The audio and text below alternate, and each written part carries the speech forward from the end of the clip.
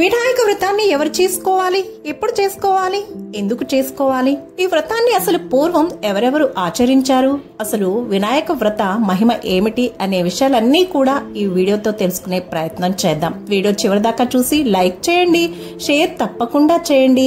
Channel ని subscribe చేసుకోకపోతే subscribe చేసుకొని గంటని యాక్టివ్ లో పెట్టుకుని ఆల్ అనే ఆప్షన్ లో పెట్టుకుంటే మేము చేసే ప్రతి వీడియో కూడా మిస్ కాకుండా వస్తుంది. Please subscribe my channel, please support my channel.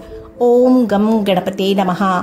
Vinayaka వ్రతాన్ని మనమందరం భాద్రపద శుద్ధ చవితి నాడు ఎంతో ఆనందంగా, ఆహ్లాదంగా, భక్తితో, శ్రద్ధగా జరుపుకుంటాం కదా.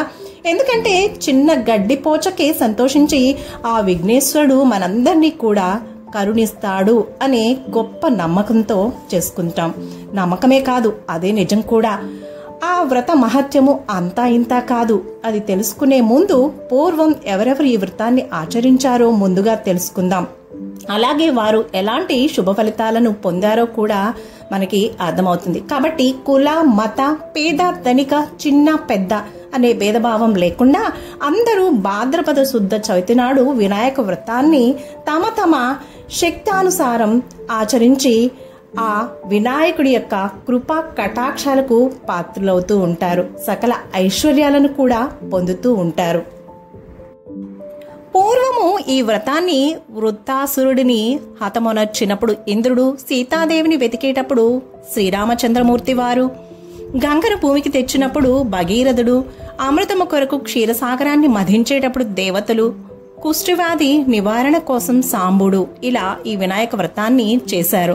వినాయక వ్రతం చేయటం వలన మన మనస్సులో తలచుకున్నటువంటి కార్యాలన్నీ కూడా, కోరికలన్నీ కూడా సిద్ధిస్తాయి. కాబట్టి ఆ గణేశుడికి సిద్ధి వినాయకుడు అని పేరొచ్చింది. విద్యారంభ కాలమున పూజించే వారికి విద్యాలాభం కలుగుతుంది. విధవ పూజించిన మరే జన్మ అందు కూడా వైధవ్యం పొందదు. సంతానం కావలసిన వారు ఈ వ్రతం ఆచరించిన వారు సంతానాన్ని పొందుతారు.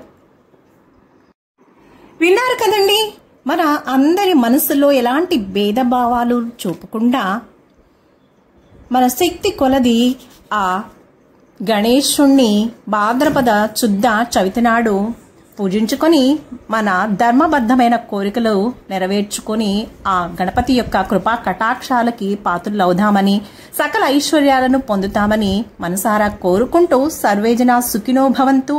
శుభం. Thank you for watching. Please subscribe my channel.